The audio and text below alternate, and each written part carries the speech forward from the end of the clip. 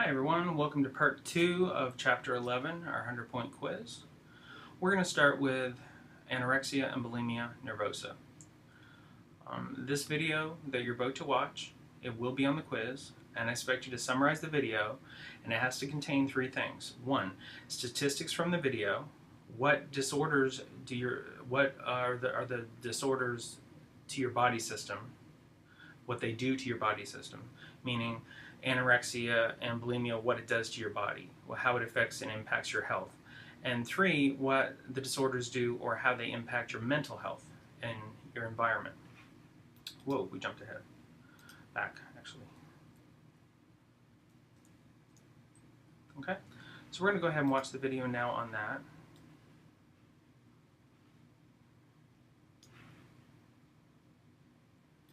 There's one that I like. The McCarthys. Gerard and I look like twins. We have never looked like twins. Look at that baby picture. New comedy premieres CBS tonight.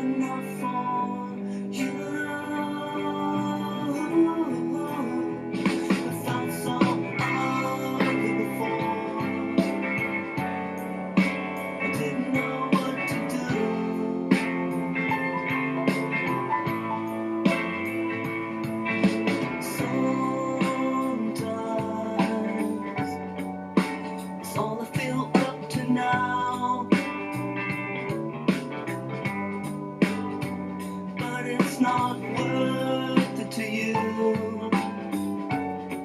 'cause you gotta get high somehow.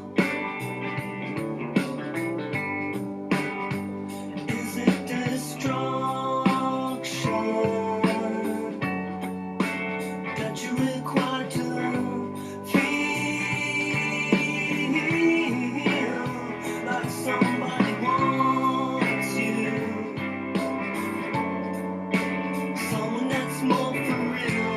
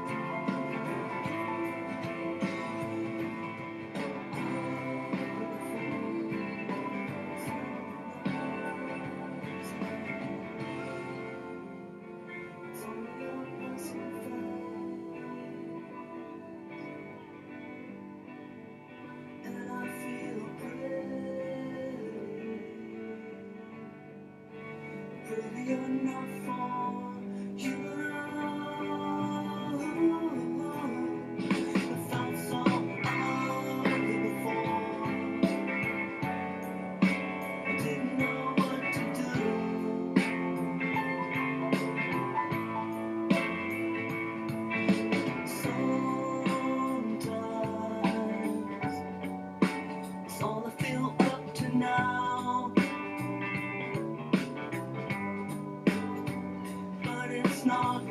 These are some of the physical symptoms that I was mentioning earlier, as well as some of the stuff that was mentioned earlier that they listed. Worth it to you, 'cause you gotta get high somehow. Social, mental health. Is it destruction that you require to feel like somebody wants you, someone that's more for real?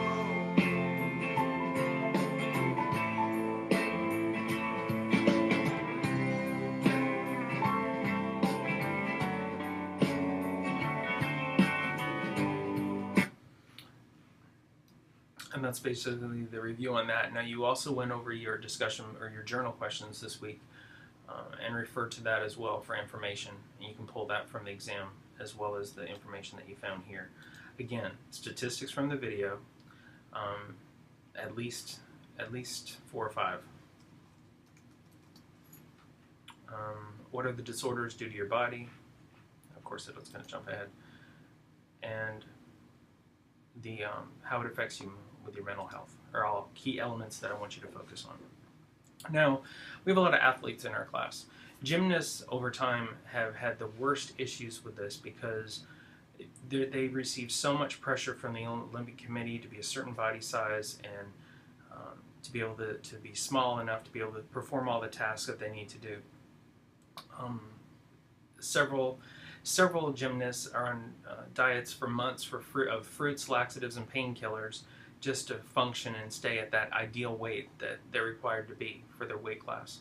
In 1976, the average gymnast was 18 years old and weighed 106 pounds. In 1992, the average gymnast was 16 and weighed 83 pounds. This trend continues. In 1992, the average gymnast was 15 years old with a weight of anywhere between 70 to 80 pounds. Very scary. Let's talk about stress. If we were in class, I would get you to pull out a piece of paper, and you can go ahead and pull out a piece of paper and go through this. This is a basic patient mental health questionnaire, a general across the board questionnaire about where you are with stress in your life right now. The categories are not at all, several days, more than 11 days, and nearly every day. More than half of the days, sorry. Over the last 2 weeks, how often have you been bothered by any of the following problems? And little interest or no pleasure, feeling down and depressed and hopeless, trouble falling or staying asleep, and feeling or having very little energy, and so on and so forth. So go ahead, take a few minutes, get a piece of paper, and write down where you are and where you've been over the last 2 weeks. Now, this one I misquoted. I said 11. It's more than half of the days of the week, of the last 2 weeks.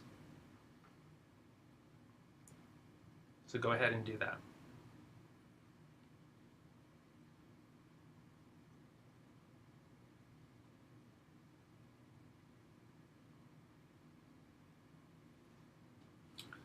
As you're finishing and you're deciding, and you can go ahead and pause the PowerPoint until you get it done. I'm going to continue to move on.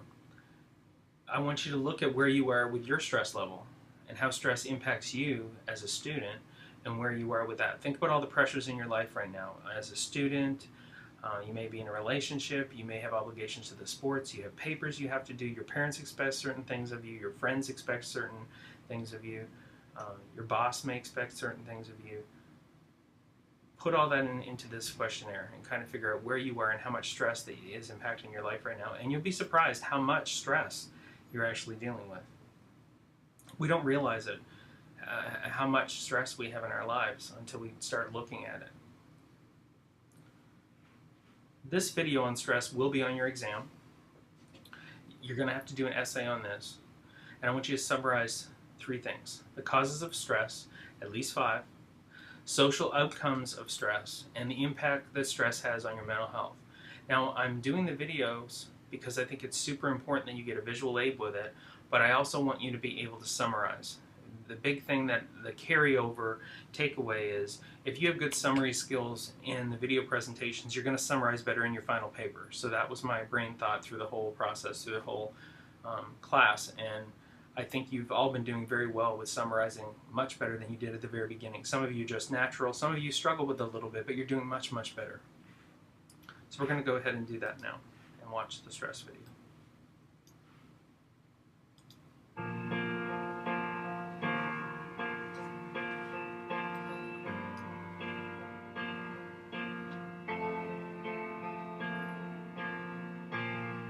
Well, she wants to get in, and she wants to get out, but the city calls her name, and the scars that she hides, with those stars in her eyes, like the echoes, they're all the same, 'cause it's all been done before.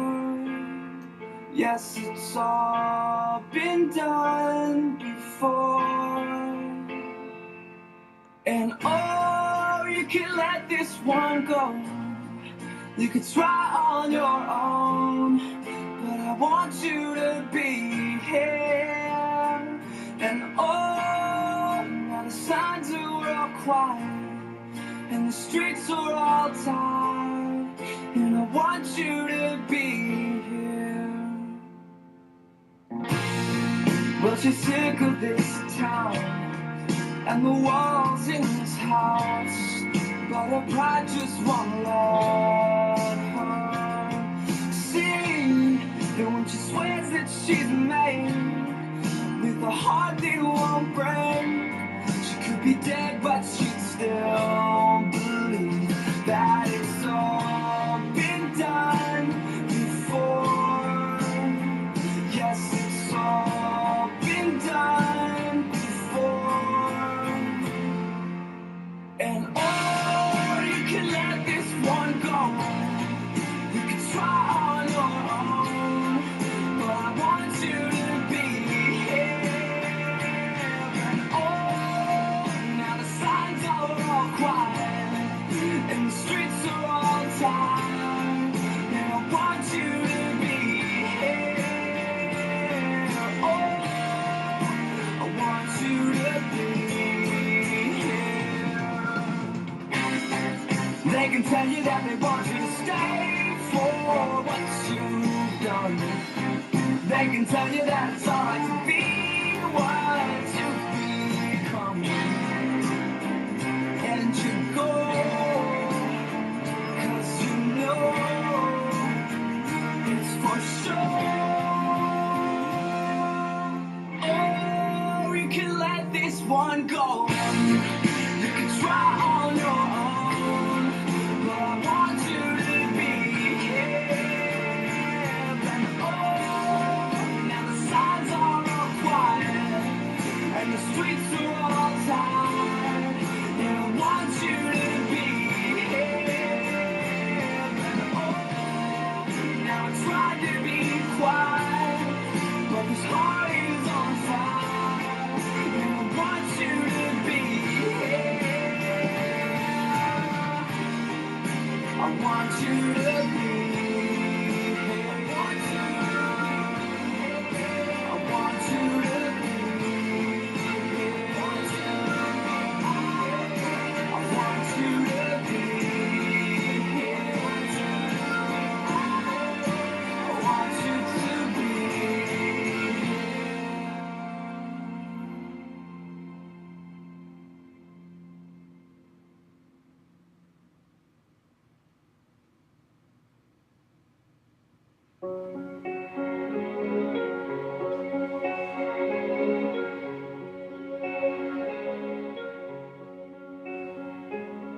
I open my eyes, I try to see, but I'm blinded by the white line. I can't remember how, I can't remember why. I'm lying here tonight, and I can't stand the pain, and I can't make it I can't stand the pain. How could this happen to me? I made my mistakes, got nowhere to run. The night goes on, as I'm fading away. I'm sick of this life, I just wanna scream. How could this happen to me?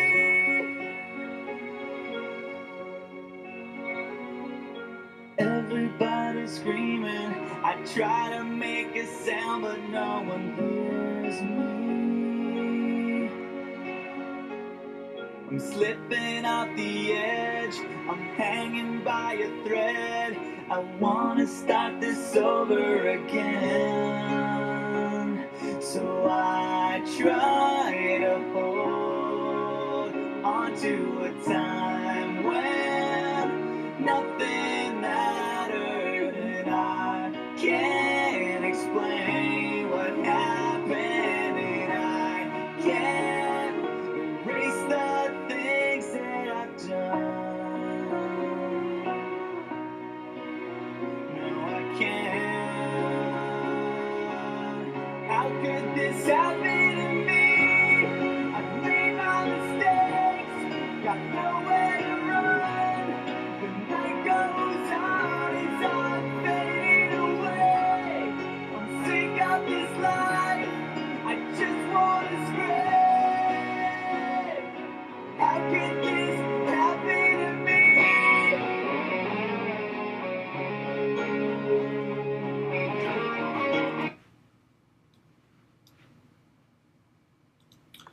I thought that video was very well done. There were a lot of point formats that she did a lot of points, but her picture story, her narrative was amazing. How the pictures that she chose for each topic, and I thought she did an amazing job. And she led into, of course, the pressures that teenagers have to face. The parents don't always understand the pressures that their children are going to experience in school because their generation was different. They don't have the same technology, they don't have the same stressors, they don't have the same expectations from their teachers, their peers. Students are having to learn things at a higher rate than they've ever had to learn in the past. And peer pressure is changing, social pressure is changing, expectations, and all of that combines and puts so much pressure on the individual, but yet you're too young. You shouldn't have to experience any stress. You don't even know what stress is. They're wrong.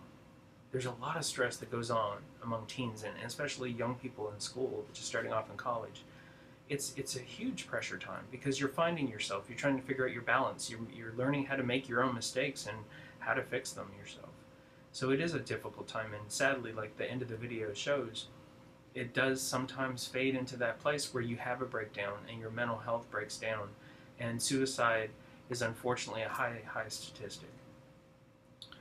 More men commit suicide or attempt suicide, but more females are successful at it.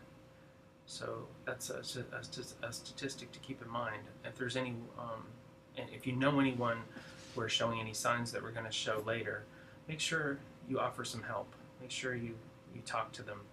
Sometimes when people say, oh, I don't want to live anymore, we just kind of just throw it away and we don't think about it. But it is a serious issue that we really need to think about, that and bullying. And we see it too many times. Stress is a factor of adolescence, and it's important that adults understand that as well. We just talked about this. You're expected to be an adult, but you don't have the rights of an adult. For children under 17, national laws prohibit drinking, driving a motor vehicle, operating power-driven equipment, working in jobs such as wrecking, roofing, mining, excavating, logging, sawmilling. You can't legally be a baker or a cook. You can't work in a warehouse. You can't work construction. You're expected. You're in a very unique stage of your life in that you are showing elements of maturity. Your body's changing. You're looking older. You're acting older. So therefore, people are putting more responsibility on you, and then all of a sudden, you have to have all the rights and all the responsibilities of an adult, but yet you're not. You're not ready for that emotionally, and our society has like kind of mixed messages. You need to grow up, you need to do this, but at the same time, you're not allowed to do this. How many people do you know that have not drank before the age of 17 or 18 or smoked or tried something like that? And the reality is the laws are there, but we all know someone who does it, or you might be doing it yourself.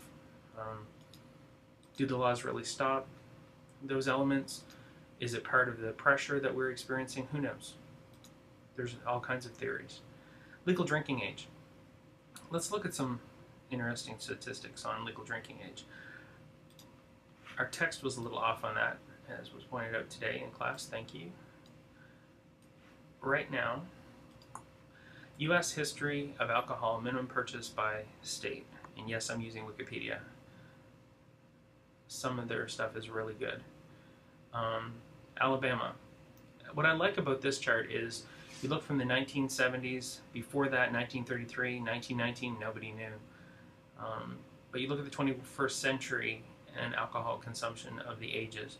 Now, it's lowered to 19 in 1970 in Alaska and Alabama. Just look at some of the statistics here. In Connecticut, in the 1970s, alcohol drinking was lowered.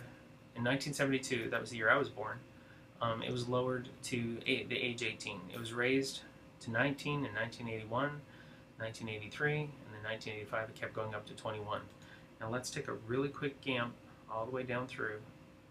As you can see, 21 is the legal drinking age in the United States, not 18 or below, but yet we know people drink before that age. Let's see some of the other stats on here. See if there's anything lower than. I think it's just a really interesting chart. Like in Idaho, it was you were able to be. It was 20 and 21 in 1945, but then it jumps up, and then it goes back down again. You have it was 18 in Louisiana, and then it was raised to 21, and then it was 16. Due to a sale loophole, and then back to 21, and then back to 18, and back to 21. And other exceptions still remain. Every state has their own rules and their own regulations, so you have to keep that in mind as well. It's just interesting to go through it historically. There are some states that have kind of stayed the same. New Jersey went from 18 to 21, back to 18 to 19, and then up to 21. We have North Carolina, who is 18 for beer and wine. This is interesting. In North Carolina, there was a separation of beer and wine. You could have beer and wine if you were 18, but you could only have liquor if you were 21. And then beer and wine was raised to 19 in 1983, and then raised to 21 in 1986 to make it all across the board. Pennsylvania had 21 all the way across the board. So did Oregon. You see a lot of different trends here. In South Carolina, 21 to 18, raised back again. 18 in West Virginia. This was interesting in Wisconsin. You have 18 for beer, 21 for wines and spirits, and 21 all in some municipalities. Yet they lowered it to 18, and then border state restriction lifted it in 1977 in Wisconsin. And now on 21, however, now they have a rule. Anyone can drink when parents, spouses, teachers, or legal guardians are present. Now that's interesting because that's the only state that I found, Wisconsin, hint, hint on your exam, that allowed that. The other one was Guam. They raised it to 21 in 2010, but that's not a different. It's not as. It doesn't impact the law as much as Wisconsin rule on 21, and that's the current law. In Puerto Rico, they kept it to 18 despite 10% highway funding and a penalty for drinking underage act. They have their own act. Now, what's interesting is Puerto Rico is outside. It's still part of the U.S., so my previous comment about not being able to be drinking over the age of 21 within the continental United States. How about that? Sounds better. So Puerto Rico, their legal age is 18, and the Virgin Islands are 18 as well. So Virgin Islands, Puerto Rico, 18. Wisconsin is 21. However, you can drink with your parents, spouse, teachers, or legal guardians are present. And the rest of the states all kind of fell in line. So those last three things. Now, here's another one in Kansas. However, anyone under 21 may consume cereal malt beverages with parental supervision on their own property. I guess I missed that one when I went through the first time. Look for that on your exam as well. I want to make sure that any of the states that stand out differently are covered. We have California and we have Alabama. No one underage is allowed consumption, so that still stands. So let's review together, make sure we're both on the same page. 21, except small amounts of religious ceremonies, and that's in California. 21 across the board for everywhere else. In Kansas, however, you can drink at 21 and may consume cereal malt beverages with parental supervision on their own property, so that's 2.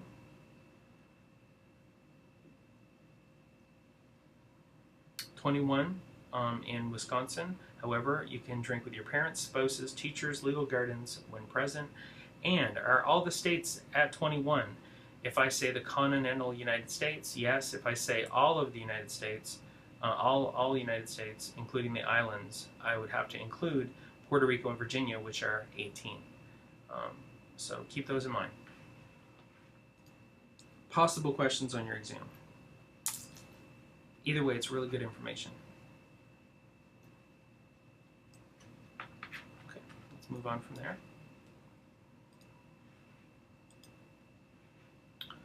Let's look at the legal drinking age across the world. Now what's interesting is there are notes, and purchase age and drinking age are two different things. You're not allowed to legally purchase alcohol, but they don't have fines for drinking. So I find that interesting in some countries. Under this section, you're going to see I'm not testing you on this, by the way, on this section, on this specific slide. I just want you to see. Beer is 18 in Egypt. You can have 21 for wines and spirit. But as you can see, 18 seems to be across the board, not 21. Those are multiple countries to your left. It's illegal, actually, and that's something I wanted to point out that I thought was really interesting.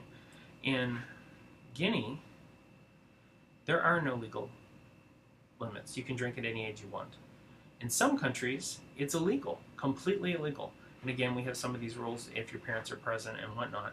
But the illegal rule I was not aware of myself until I was looking through. Now, South Africa is 18. It's 17 in Morocco. A parent or guardian or minor person responsible for administering a religious sacrament can also be consumed in the presence of your parent or guardian or other person, which is interesting.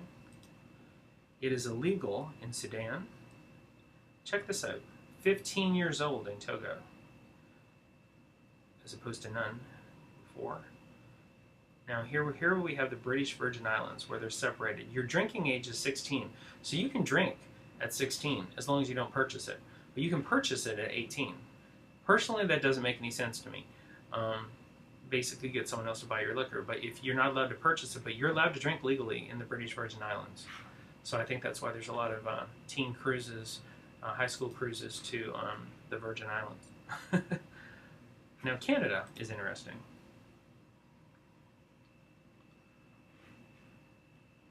The legal drinking age is 18. Underage drinking by 16 and 17-year-olds under parental supervision is permitted in Manitoba, and under parental supervision in a residence or temporary residence in Alberta. So you can drink with parental supervision in Canada and Manitoba. In Ontario, Saskatchewan, British Columbia, Newfoundland, Labrador, Nova Scotia, which is where I'm from, New Brunswick, Prince Edward Island, Northwest Territories, Yukon, and Nunavut, legal drinking age is 18 across the board. Some restrictions on one's own property in the province of New Brunswick and Ontario. Interesting to see those different changes and different rules across the country. We'll continue to go down. We have 21 in Honduras, but as you can see, the average is 18. In Mexico, ID can be required for 18. Puerto Rico, we discussed that already. Trinidad and Tobago, 21. 16. It's illegal. And somebody, like we mentioned, it's just really interesting. And like I said, I'm not testing you on this. I may ask just a general question. All right, is it all the same in different countries? Any feedback that you can remember from me discussing this PowerPoint with you? But it's just interesting to see that there are legal elements. There are ages that you can drink if you're in front of your parents. You know, if you're in front of your parents in Manitoba, in Canada, you can drink. If you're in the Virgin Islands, the British Virgin Islands. And then there's the separation between drinking age and purchasing age. And they also have distinctions for certain types of alcohol, like beer and wine, and distilled beverages at different ages. So it's just really interesting, and I wanted to share that with you. And the text doesn't really go into that, but I think it's really good information just to know. Because everyone always says 21 is the legal drinking age in the U.S., and it is, but not in the islands, and we learned that together today. Same thing with legal smoking age.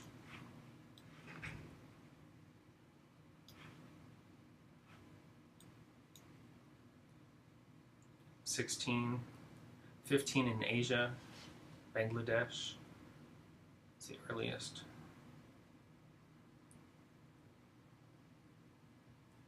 But what's interesting is as you go through the alcohol and where it's illegal, and in many ways tobacco is much more dangerous and much more addictive to your body, the ages stay about the same, about 18 years old. There are no rules here in certain areas in Europe.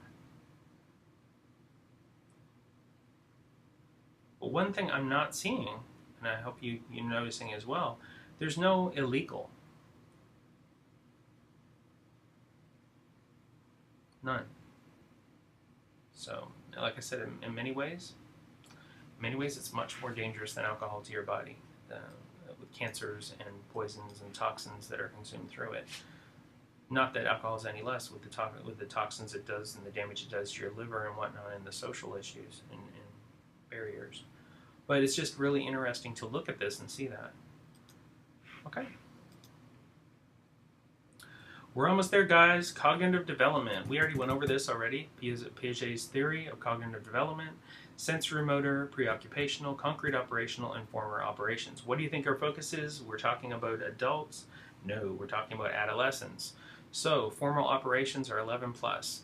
That's the key one I want you to remember. So know what formal operations are, because that's where they will be in their stage of development, cognitive mind development. You're in that stage where you're learning new concepts and how to apply them to new theories that you're not familiar with, and it's part of the whole way the brain develops and moves on. Which leads into emotions and brain development, which I thought was really interesting. Spindle cells. So when we think about how our brain works and how our emotions work, do we usually think biological, like biological things cause us to act and have emotions? Well, when you read this, it's really interesting. Neurons that play a large role in emotions. Only humans and apes have these cells. No other creatures on this planet have these. Humans and apes. And they're not present in the time of birth when you're born.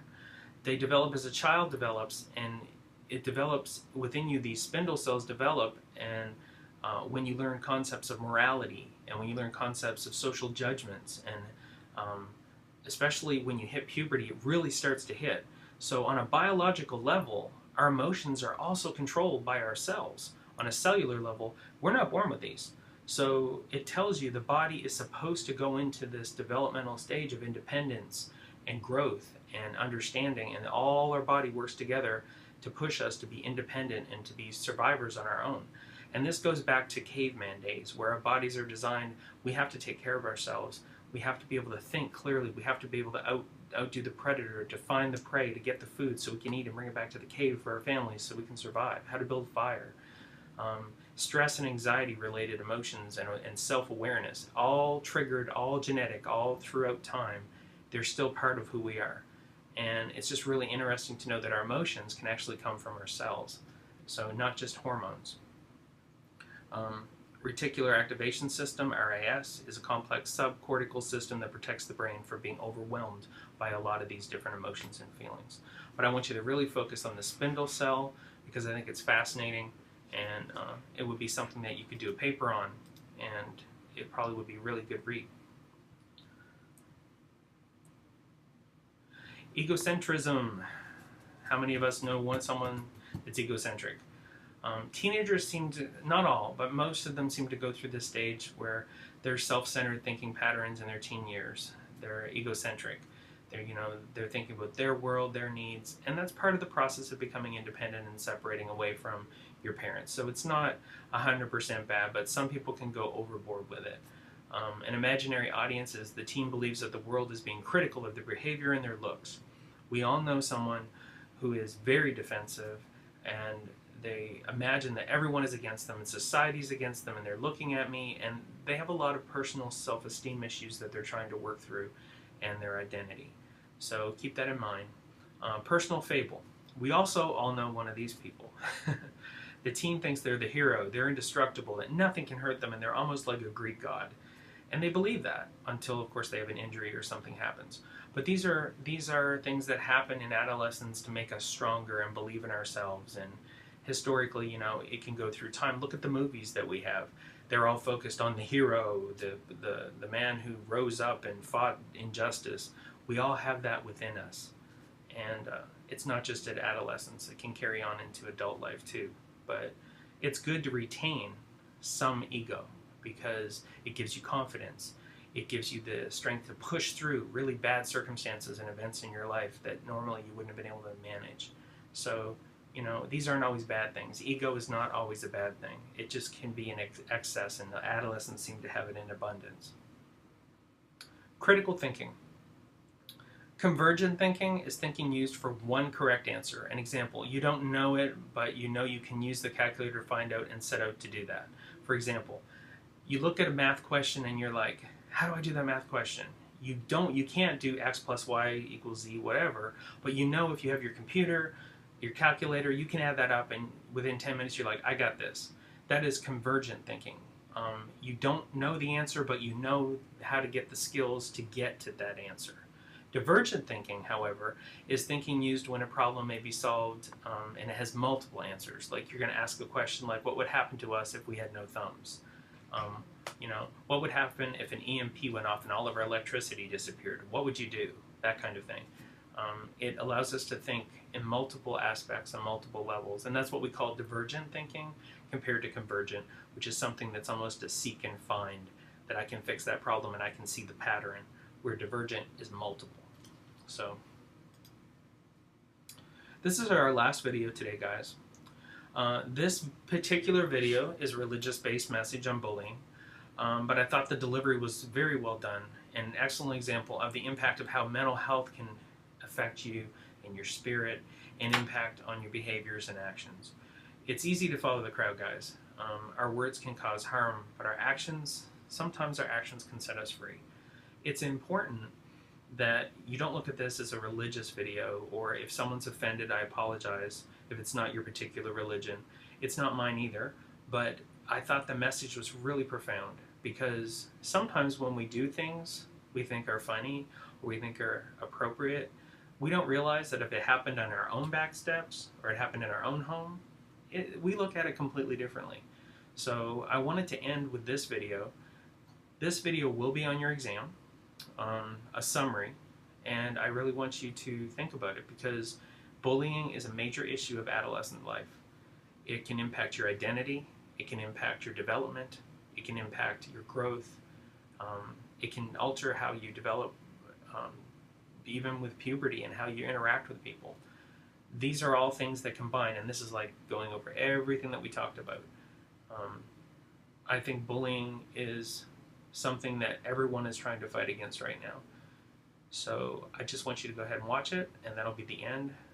Let me end with this.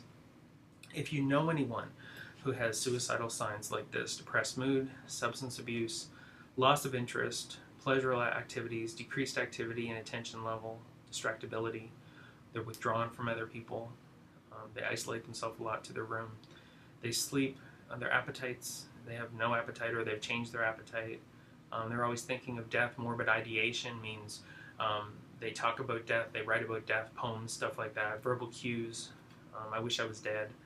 Giving possessions away. And if they've had a previous suicide attempt, the chances increase at least 50% that they may have another suicide attempt. Do not play, do not believe that just because they said, oh, I want to kill myself, or oh, I don't feel like living, that you should just say, oh, they're just in a bad place. Open to discussion. Even if you feel that they might be looking for attention, you don't know. And you don't want to be on the other end of someone passing away and not making that active movement to help them. If anything like this happens and you feel that they're in danger, call 911. Also, feel free to come to the counseling center, bring someone up here, talk them into coming up here before they hurt themselves. Because it's important that we have that open connection with our campus. Mental health is not the end of the world. It is something that we all experience. We all have highs and lows. And we have a counseling department on this campus for a reason, not just to teach. So if you're ever in that situation and you've hit that bottom low, or you know someone who has, please get them help on campus or off, okay? So, this is our last video on bullying.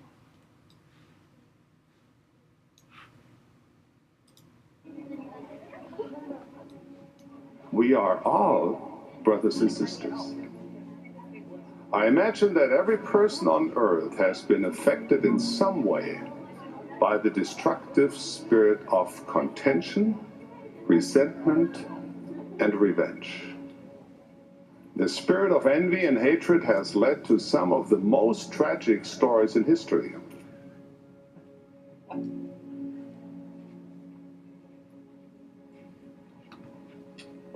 Perhaps there are even times when we recognize this spirit in ourselves.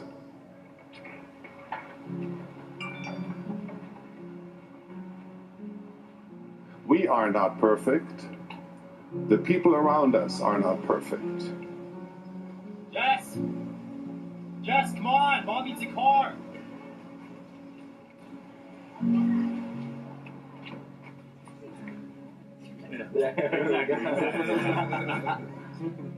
People do things that annoy, disappoint, and anger. Though we cannot look into another's heart, we assume that we know a bad motive or even a bad person when we see one. This topic of judging others could actually be taught in a 2-word sermon. When it comes to hating, gossiping, ignoring, ridiculing, holding grudges, or wanting to cause harm, please apply the following. Stop it.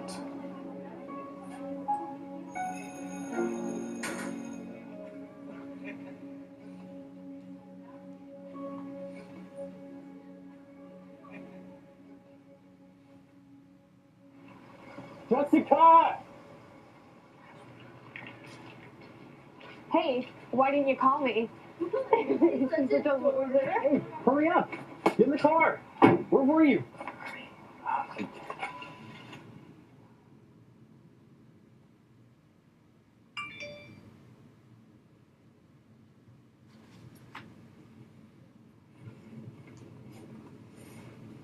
You okay? I'm fine. Whatever. Well, we got a youth activity tonight at the old folks home in like 30 minutes. Me and my friends are gonna go if you want to come. Mom! Mom! Hey kids, just leave the keys on the counter. I'll be down in just a second. Have fun at your activity. Alright, well, I'm gonna start walking. Are you coming? No, I've got homework. Alright, well, don't drink all the juice.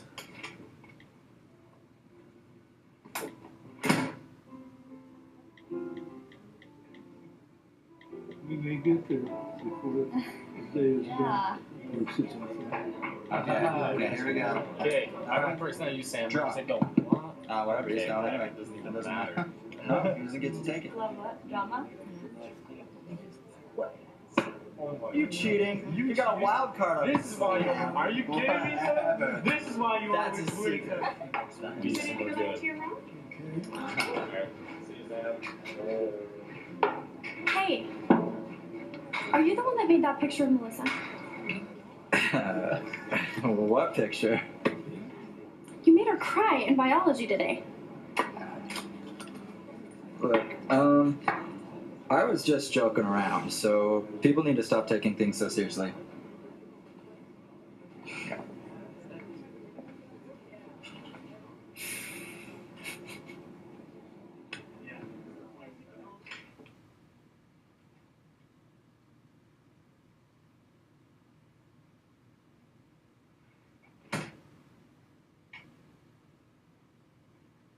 Jessica?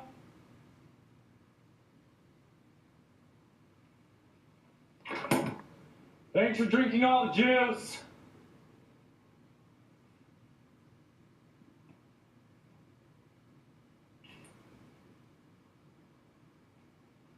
Jess?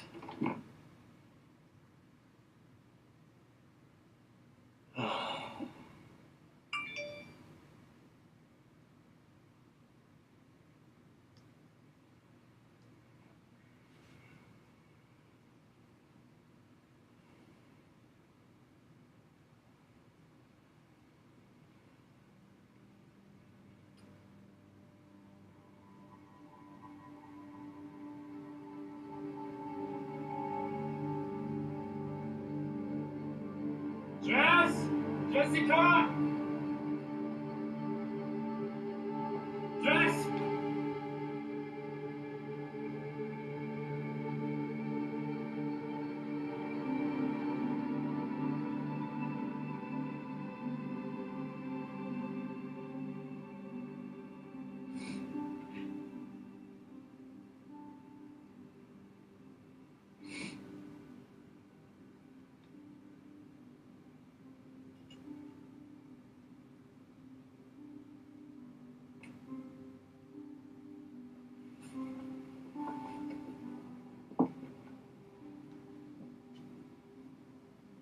Hey. You okay? I looked at your phone. Who wrote that? Who cares? They're right. Oh, no, Jess. No, they're not. They don't know who you really are. I mean, Jess, they're just kidding around.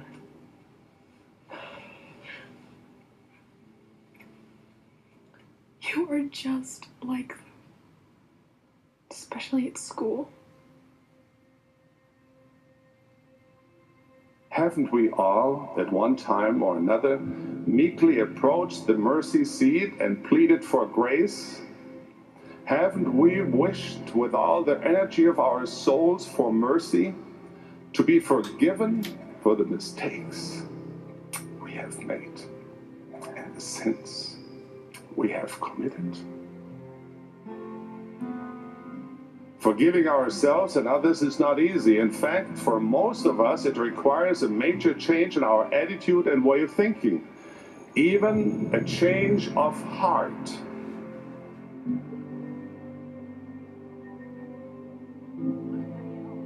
Consider the following questions as a self-test. Do you harbor grudge against someone else? Do you gossip, even when what you say may be true? Do you exclude, push away, or punish others because of something they have done? Do you secretly envy another? Do you wish to cause harm to someone? If you answered yes to any of these questions, you may want to apply the two-word sermon from earlier. Stop it.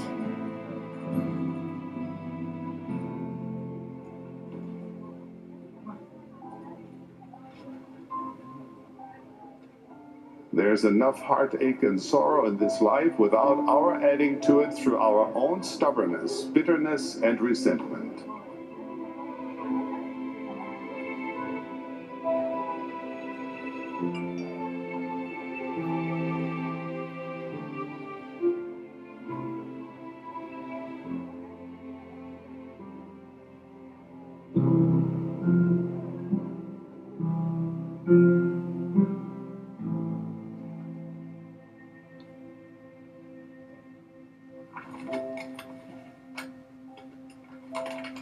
This mighty change of heart is exactly what the gospel of Jesus Christ is designed to bring about. I'm truly, truly sorry. Let us be kind. Let us forgive. Let us talk peacefully with each other. Let us do good unto all men. Allowing us to see others the way our Heavenly Father sees us, as flawed and imperfect mortals who have potential and worth far beyond our capacity to imagine. Because God loves us so much, we too must love and forgive. Remember, in the end, it is the merciful who obtain mercy.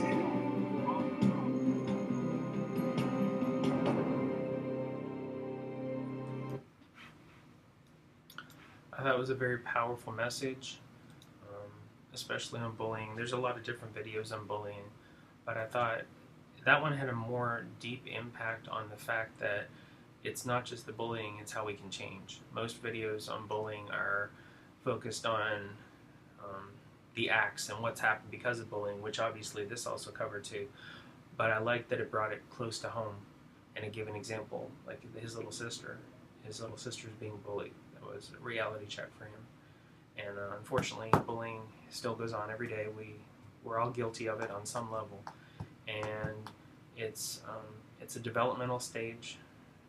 It's something that we have to push through, and hopefully we can all develop and grow as people and try really hard not to hurt other people and saying, "Oh, I was just joking," because sometimes your jokes aren't funny to other people when it comes to bullying, guys.